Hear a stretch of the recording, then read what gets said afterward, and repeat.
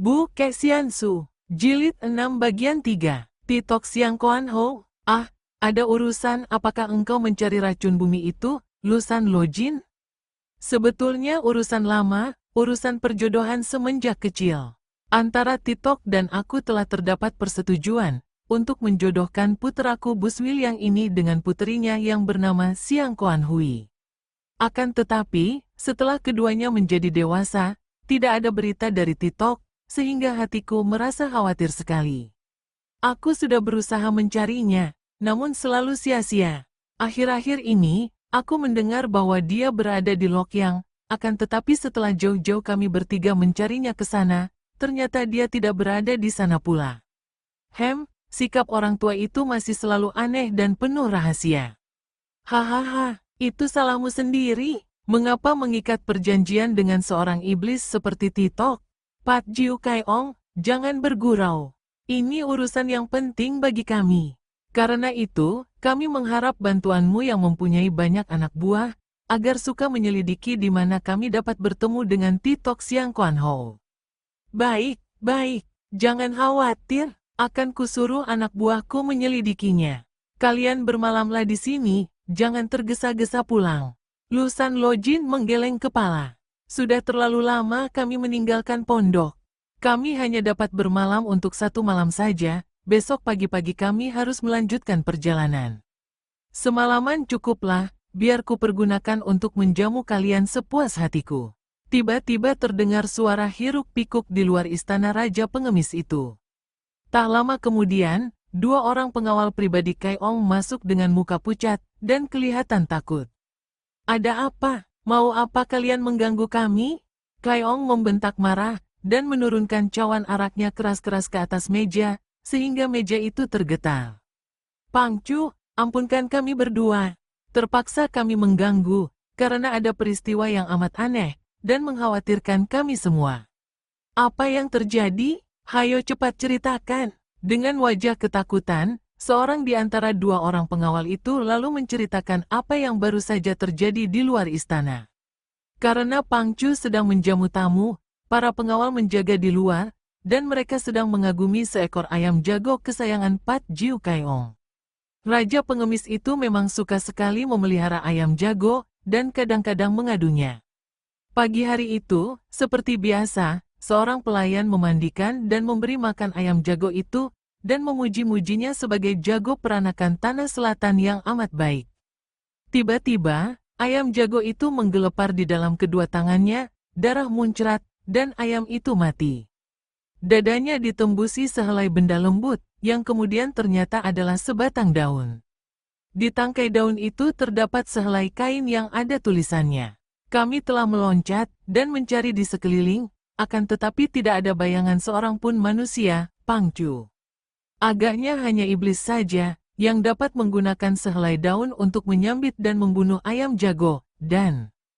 Cukup, Raja Pengemis itu marah sekali, mendengar jagonya dibunuh orang. Kalian tolol semua, mana kain yang ada tulisan itu? Kepala pengawal yang mukanya penuh brewok itu menyerahkan sehelai kain putih kepada ketuanya dengan kedua tangan gemetar. Kain itu ada tulisannya dengan huruf-huruf kecil berwarna hitam, akan tetapi ada noda-noda darah ayam jago tadi. Akan tetapi, Pat Jiu Kaiong yang menerima kain itu sejenak menjadi bingung, dan baru ia teringat bahwa dia tidak mampu membaca. Dia buta huruf. Dengan jengkel dan agak malu, dia lalu melemparkan kain itu kepada Lusan Lojin. Harap kau bacakan ini untukku, katanya. Lusan Lojin menyambar kain yang melayang ke arahnya itu, lalu matanya memandang tulisan. Mukanya berubah, matanya terbelalak. Wah, apa artinya ini? Lojin, bagaimana bunyinya? Pat Jiu Kaiong bertanya, suaranya membentak. Lusan Lojin lalu membaca huruf-huruf itu.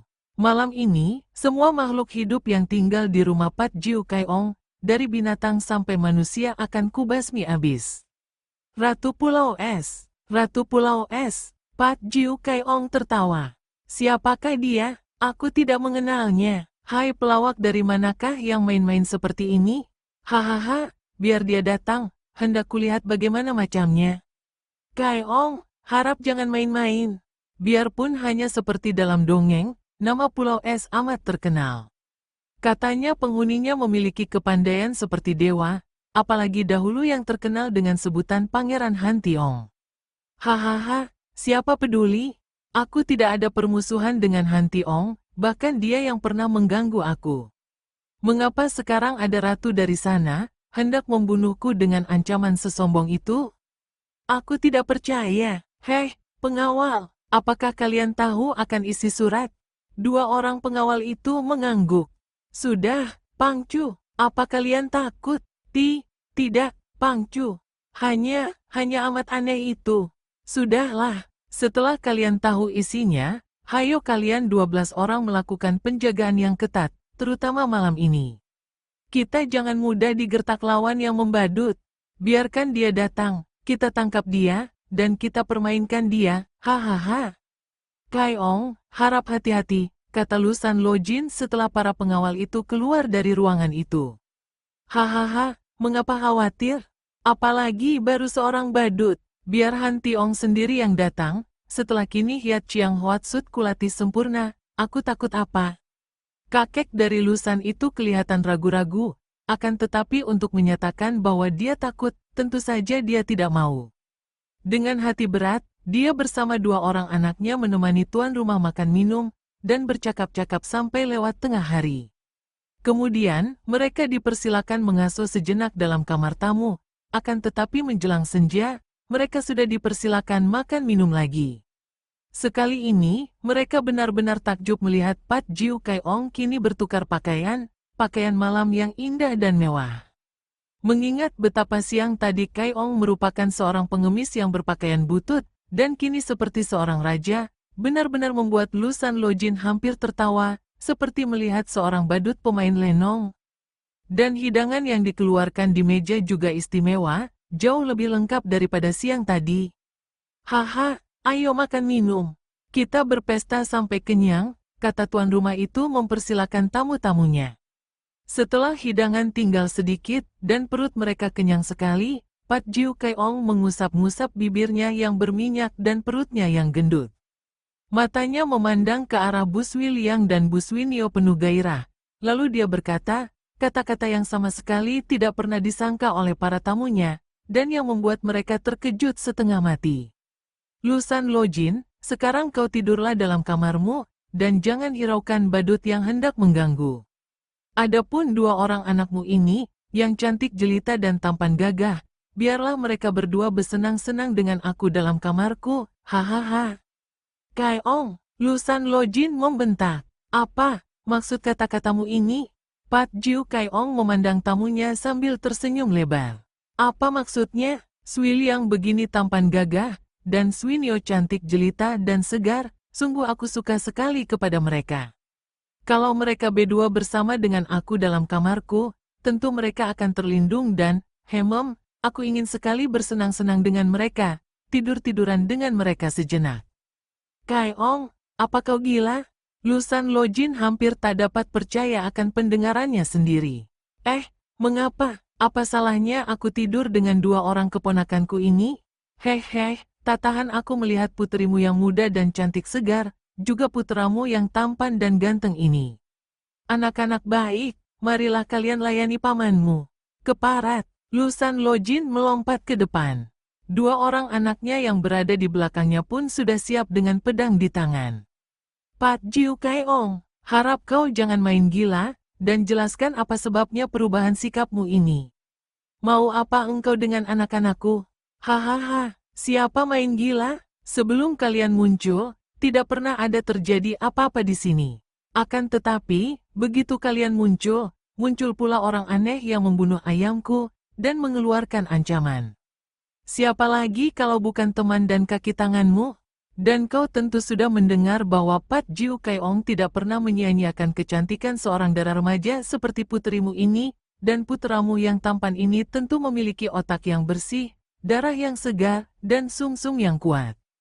Perlu sekali, untuk menambah keampuhan Hiat Chiang Hwatsut, agar makin kuat menghadapi lawan, kalau malam ini ada yang berani datang. Iblis jahanam, kiranya engkau seorang manusia iblis yang busuk. Lusan Lojin sudah menerjang maju dengan kepalan tangannya. Kakek ini memiliki ilmu kepandaian yang tinggi. Sebagai bekas murid Hoa Sanpai yang sudah memperdalam ilmunya dengan ciptaannya sendiri, hasil renungannya di waktu bertapa, maka dapat dibayangkan tingginya kemampuan Lusan Lojin. Kepalan tangannya menyambar dahsyat, mengandung tenaga sinkang yang amat kuat. Akan tetapi, kiranya hanya dalam ilmu pengobatan saja dia menang jauh dibandingkan dengan Pat Jiu Kaiong. Dalam ilmu berkelahi, dia tidak mampu menandingi Kaiong yang amat lihai. Sambil tertawa, Kaiong mengebutkan ujung lengan bajunya yang lebar 2 kali. Kakek Lusan itu terpaksa harus menarik kembali kedua tangannya, sehingga dari kedudukan menyerang, dia malah menjadi yang diserang, karena pergelangan kedua tangannya terancam totokan ujung lengan baju itu. 2 orang anaknya yang sudah marah sekali karena merasa dihina, sudah menerjang maju pula dengan pedang mereka. Sui Liang menusuk dari samping kiri ke arah lambung kakek pengemis itu, sedangkan dari kanan, Sui Nio membabatkan pedangnya ke arah leher. "Haha, bagus, kalian benar-benar menggairahkan," kata kakek itu, dan dia bersikap seolah-olah tidak tahu bahwa dirinya diserang. Akan tetapi, setelah kedua pedang itu menyambar dekat, tiba-tiba kedua tangannya menyambar dan 2 batang pedang itu telah dicengkeramnya dengan telapak tangan. Sui Liang dan Sui Nio terkejut bukan main. Akan tetapi, melihat betapa kedua batang pedang mereka itu dipegang oleh tangan kakek itu, mereka cepat menggerakkan tenaga menarik pedang, dengan maksud melukai telapak tangan Pat Jiu Kaiong.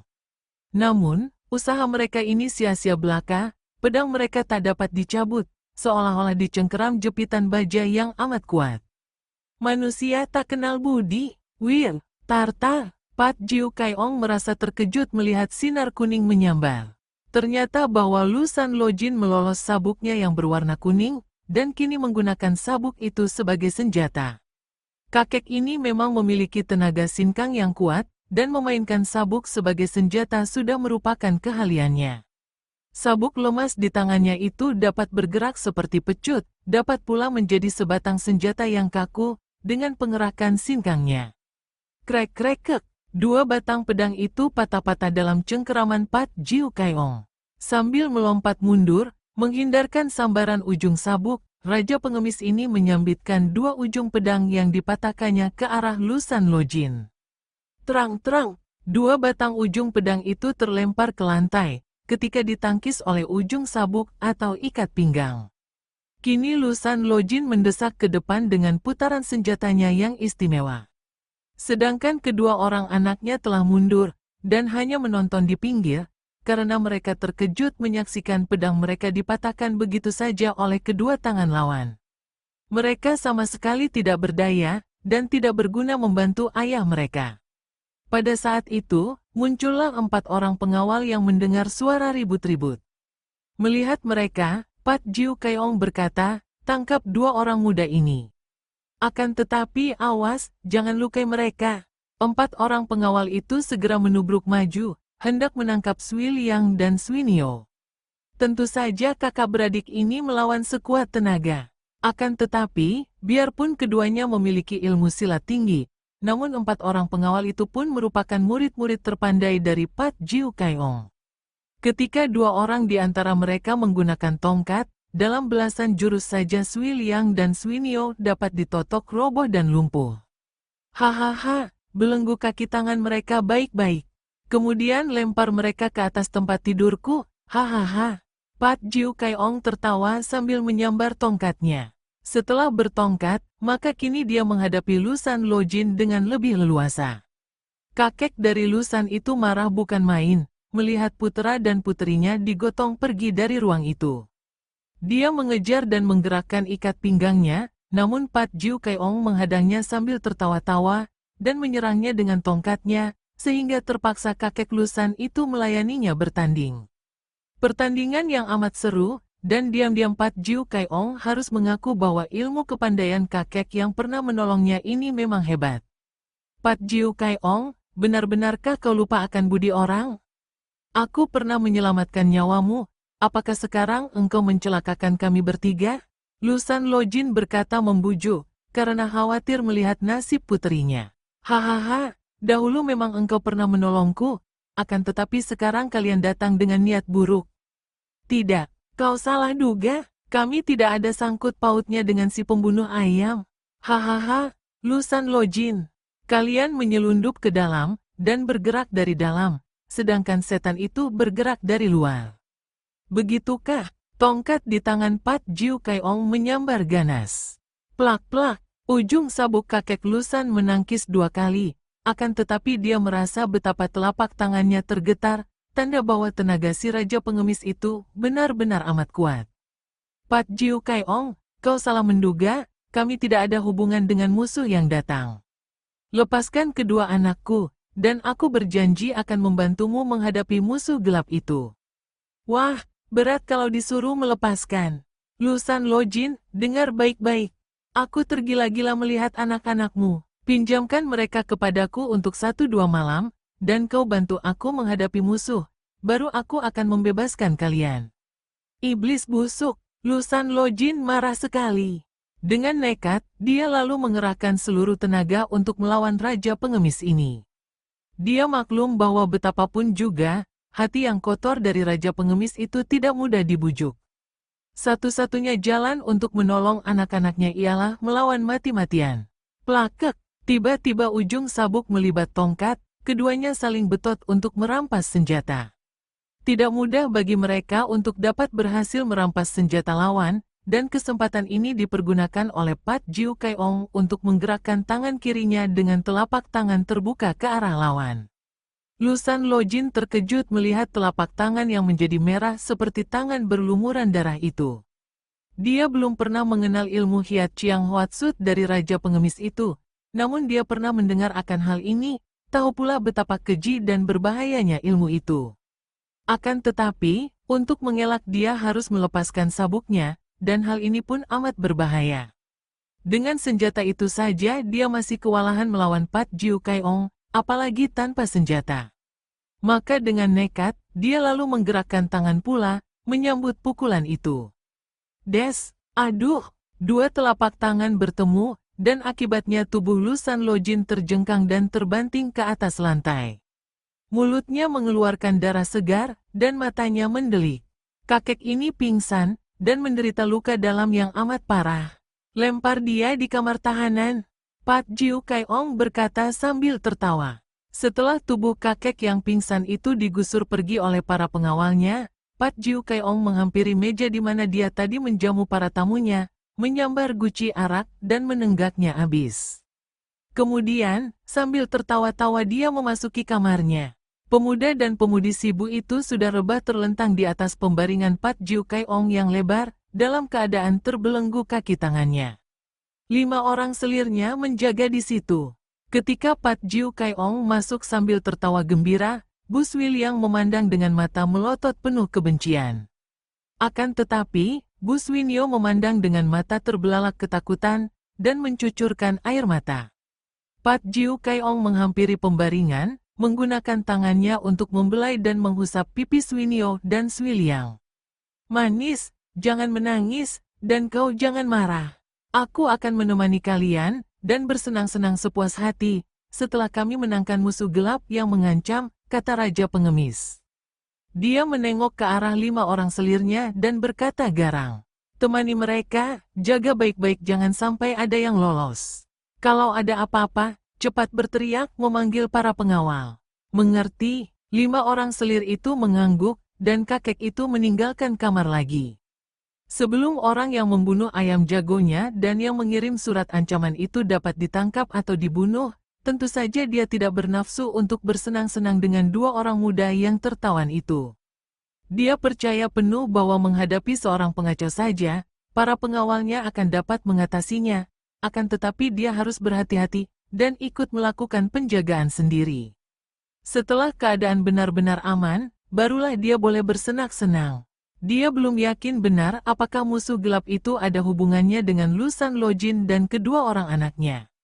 Akan tetapi, ada hubungan atau tidak, setelah 3 orang itu dibuat tidak berdaya, berarti mengurangi bahaya. Dia harus berhati-hati, maklum bahwa dia mempunyai banyak musuh. Siapa tahu kalau Lu San Lojin yang termasuk golongan putih itu juga memusuhi. Andai kata tidak sekalipun, mana bisa dia melepaskan dua orang muda yang cantik jelita dan tampan itu? Pat Jiu Kai-ong duduk lagi di ruangan tadi sambil melanjutkan minum arak.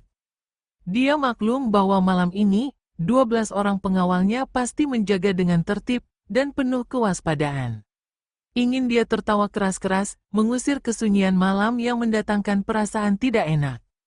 Hemem, Ratu Pulau Es. Hanya dongeng, dengusnya. Pembunuh ayam itu tidak perlu ditakuti.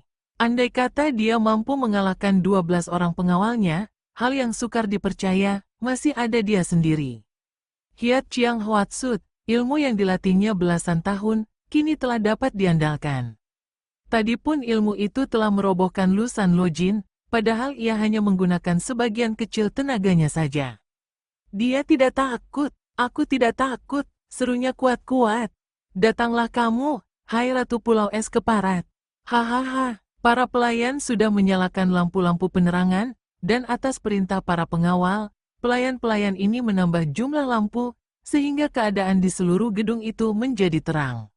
Setelah menyuruh para pelayan membersihkan meja di ruangan itu, dan sekali lagi memanggil kepala pengawal, dan menekankan agar penjagaan diperketat, dan selalu diadakan perondaan bergilir.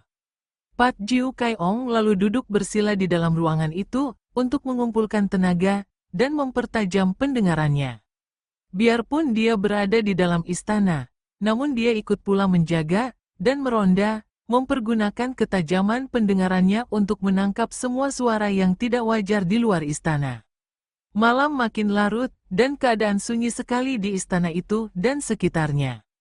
Para pelayan yang sudah mendengar dari para pengawal, dengan muka pucat, tinggal berkelompok di kamar seseorang di antara mereka, tidak berani membuka suara, dan hanya saling pandang dengan mata penuh rasa takut. Para selir juga berkelompok di dalam kamar Pat Jiu Kai-ong. Mereka agak terhibur dengan adanya Sui Liang, pemuda yang tampan itu. Bahkan ada di antara mereka yang tanpa malu-malu membelai pemuda itu, memegang tangannya, mengusap dagunya, membereskan rambutnya. Akan tetapi, mereka tidak berani berbuat lebih dari itu, dan tidak berani mengeluarkan suara. Juga para pengawal agaknya melakukan penjagaan dengan teliti dan hati-hati, tidak bersuara seperti biasanya. Kalau mereka melakukan penjagaan, tentu diisi dengan sendau gurau dan mengobrol. Kesunyian yang mengerikan itu tidak menyenangkan hati Pat Jiu Kai-ong. Akan tetapi, dia amat memerlukan kesunyian ini, agar penjagaan dilakukan lebih tertib dan rapi pula. Dia merasa tersiksa, dan diam-diam dia memaki musuh gelap itu. Kalau sampai tertawan, tentu akan dihukum dan disiksanya seberat mungkin. Tiba-tiba terdengar suara jeritan susul-menyusul yang datangnya dari dalam kamarnya. Pat Jiu Kai-ong cepat melompat, dan hanya dengan beberapa kali lompatan saja, dia sudah menerjang masuk ke dalam kamarnya. Dilihatnya kelima orang selirnya menangis, dan kelihatan gugup dan ketakutan. Akan tetapi, dua orang muda yang tadi terbelenggu di atas pembaringannya, seperti dua tusuk daging panggang yang dihidangkan di atas meja makan, dan siap untuk diganyangnya, kini telah lenyap tanpa bekas. Apa yang terjadi? Keparat, diam semua, jangan menangis, apa yang terjadi? 5 orang selir itu menjatuhkan diri berlutut, dan seorang di antara mereka bercerita dengan suara gagap, ada, setan. Hanya tampak bayangan berkelebat ke atas ranjang, dan mereka berdua, tahu-tahu telah lenyap. Tolol! Pat Jiu Kai-ong berkelebat keluar melalui jendela kamar yang terbuka, terus berloncatan memeriksa, sampai dia bertemu dengan para pengawal di luar istana, namun dia tidak melihat jejak dua orang tawanan yang lenyap itu. Kalian tidak melihat orang masuk, bentaknya kepada para pengawal. Tidak ada, Pangcu, bodoh, kalau tidak ada, bagaimana dua orang tawanan itu lenyap? Kagetlah para pengawal itu. Pat Jiu Kai-ong dibantu oleh para pengawalnya lalu mengadakan pemeriksaan di dalam istana. Mula-mula timbul dugaannya bahwa tentu Lu San Lojin dan dua orang anaknya itu benar-benar mempunyai kawan-kawan di luar. Buktinya, kedua orang muda itu ditolong mereka. Akan tetapi, ketika dia menjenguk ke dalam kamar tahanan, Lu San Lojin masih mengeletak pingsan di atas lantai. Cepat lakukan penjagaan seperti tadi. Tutup semua jalan masuk. Bagi-bagi tenaga. Pat Jiu Kai-ong memerintah dengan suara yang agak parau. Harus diakuinya bahwa jantungnya tergetar juga oleh rasa gentar, menyaksikan sepak terjang musuh gelap yang aneh dan amat luar biasa itu. Setelah sekali lagi memeriksa sendiri dengan teliti, sampai tidak ada lubang yang tidak dijenguknya di dalam dan di sekitar gedungnya, dan mendapatkan keyakinan bahwa tidak ada orang bersembunyi di dalam gedung, akhirnya Pat Jiu Kai-ong kembali ke dalam ruangan besar, dan menanti dengan jantung berdebar. Malam telah makin larut. Musuh yang aneh itu telah mulai memperlihatkan bahwa musuh itu memang ada, dengan menculik 2 orang tawanan itu secara aneh. Biarpun 5 orang selirnya bukan ahli-ahli silat tinggi, namun 5 pasang mata tidak dapat melihat orang yang menculik pemuda-pemudi itu di depan hidung mereka, sungguh merupakan hal yang amat aneh. Pat Jiu Kai-ong bergidik, dan membalik-balik gudang ingatan di dalam otaknya. Siapakah Ratu Pulau Es? Jangankan dengan ratunya, dengan penghuni Pulau Es dia tidak pernah bertemu, kecuali satu kali dengan Han Tiong ketika memperebutkan Sintong. Dan di mana adanya Pulau Dongeng itu, dia pun tidak tahu. Pertemuannya dengan Han Tiong tidak boleh dianggap permusuhan. Dan andaikan ada yang sakit hati, kiranya sakit hati itu seharusnya datang dari dia, bukan dari pihak Pulau Es atau Han Tiong yang telah berhasil memenangkan perebutan atas diri Sintong. Mengapa kini muncul tokoh rahasia yang mengaku bernama Ratu Pulau Es? Siapakah yang bermain-main dengan dia? Melihat sepak terjang orang rahasia ini, caranya membunuh ayam, dapat dipastikan bahwa orang itu kejam dan aneh, ciri seorang tokoh golongan hitam, bukan golongan putih yang selalu datang secara berterang. Siapakah tokoh golongan hitam yang memusuhinya? Tentu saja banyak, dan di antara mereka, yang paling menonjol adalah Kiam Moche Lilioxi. Wanita itukah yang kini datang mengganggunya? Hahaha, dia tertawa keras-keras, hatinya menjadi besar. Mengapa dia takut? Andai kata Kiam Moche Li sendiri yang datang, dia pun tidak takut. Dan siapakah lain wanita di dunia Kang Ou yang lebih mengerikan daripada Kiam Moche Li? Iblis atau manusia, jantan atau betina, keluarlah dari tempat persembunyian. Hayo serbulah, aku Pat Jiu Kai-ong tidak takut kepada siapapun juga. Kalau kau diam saja, berarti kau pengecut hina dan penakut, hahaha. Karena merasa tersiksa oleh keadaan sunyi yang mengerikan itu, Pat Jiu Kai-ong berusaha mengusir rasa takutnya dengan teriakan keras ini, yang tentu saja didengar oleh semua penghuni gedung itu.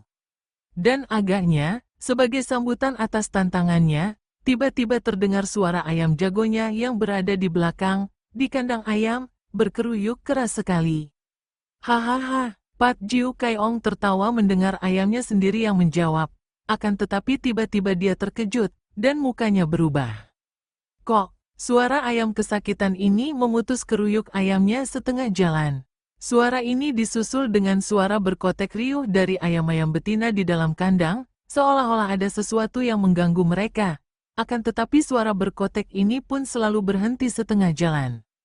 Kok, berkali-kali terdengar ayam dicekik atau dihentikan suara, dan hidupnya keparat. Pat Jiu Kai-ong yang mukanya merah saking marahnya itu, sudah meloncat keluar, dan langsung lari ke kandang. Hampir dia bertubrukan dengan 2 orang pengawal yang juga mendengar keanehan di kandang itu. Kini dengan sebuah obor yang dipegang oleh pengawal, mereka bertiga memeriksa kandang. Di bawah sinar obor, tampaklah oleh mereka bahwa 20 ayam yang berada di kandang itu, jantan, betina, semua telah tewas dengan leher putus. Darah merah muncrat kemana-mana, membuat lantai dan dinding kandang itu menjadi merah mengerikan. Jahanam, Pat Jiu Kai-ong memaki, dan mereka bertiga sejenak menjadi seperti arca, memandang ke dalam kandang. Sunyi di situ, bahkan tidak ada angin berkelisik, membuat suasana menjadi menyeramkan. Ngoong, suara kucing yang tiba-tiba terdengar ini membuat mereka tersentak kaget, dan memandang ke atas genting. Si putih, satu-satunya kucing peliharaan di gedung itu, berkelebat melompat sambil menggereng, seolah-olah menghadapi musuh dan marah. Akan tetapi, gerengannya terhenti tiba-tiba, dan Pat Jiu Kai-ong cepat melompat ke kiri, ketika ada benda jatuh dari atas genteng menimpanya. Bukek, ketika pengawal yang membawa obor mendekat, ternyata yang terjatuh itu adalah bangkai kucing si putih yang baru saja mengeong tadi. Jahanam, Pat Jiu Kai Ong memaki untuk kedua kalinya, dan tubuhnya sudah melayang ke atas genting, diikuti oleh dua orang pengawalnya. Melihat betapa obor yang dipegang pengawal itu tidak padam ketika dia meloncat ke atas genting, membuktikan bahwa pengawal itu sudah memiliki ginkang yang hebat. Akan tetapi, kembali ketiganya termangu-mangu di atas genting, karena tidak tampak bayangan seorang manusia pun. Keadaan sunyi sekali, bahkan terlampau sunyi, seolah-olah gedung itu telah berubah menjadi tanah kuburan. Hung hung, huk huk huk. Kini giliran 3 ekor anjing peliharaan gedung itu riuh menggonggong dan menyalak-nyalak di sebelah kanan gedung. Suara ini mengejutkan mereka, apalagi suara gonggongan mereka yang riuh rendah itu tiba-tiba ditutup dengan suara kaing. Nguik, nguikek, nguikek, dan suasana menjadi sunyi kembali, lebih sunyi dari tadi sebelum terdengar gonggongan anjing-anjing itu. Bedebah, Raja Pengemis memaki. Pat Jiu Kai Ong segera melompat dari atas genting. Saking cepatnya, dia tidak dapat disusul oleh dua orang pengawalnya itu, dan sebentar saja sudah tiba di sebelah kanan gedungnya, di kandang anjing. Seperti sudah dikhawatirkannya, 3 ekor anjing itu sudah menggeletak mati, dengan leher hampir putus, dan darah mengalir di bawah bangkai mereka. 3 orang pengawal yang terdekat sudah tiba pula, dan mereka saling pandang dengan muka berubah pucat. Seperti terngiang di telinga Pat Jiu Kai Ong suara Lusan Lojin ketika membacakan isi surat, malam ini, semua makhluk hidup yang tinggal di rumah Pat Jiu Kai Ong, dari binatang sampai manusia, akan kubasmi habis. Semua binatang peliharaannya, ayam, kucing, dan anjing, sudah mati semua. Dan sekarang, tentu tiba gilirannya manusianya. Teringat akan ini, Pat Jiu Kai Ong cepat berkata, suaranya sudah mulai gemetar. Cepat, semua berkumpul denganku di dalam gedung. Tiba-tiba mereka dikejutkan oleh jeritan-jeritan di sebelah luar dan di depan gedung itu. Mereka cepat berlari menuju ke depan gedung, dan tampaklah oleh mereka, 2 orang pengawal yang berjaga di luar sudah menggeletak tak bergerak di atas tanah. Ketika seorang pengawal yang membawa obor mendekat, Pat Jiu Kai Ong melihat bahwa 2 orang pengawalnya yang terlentang itu telah tewas.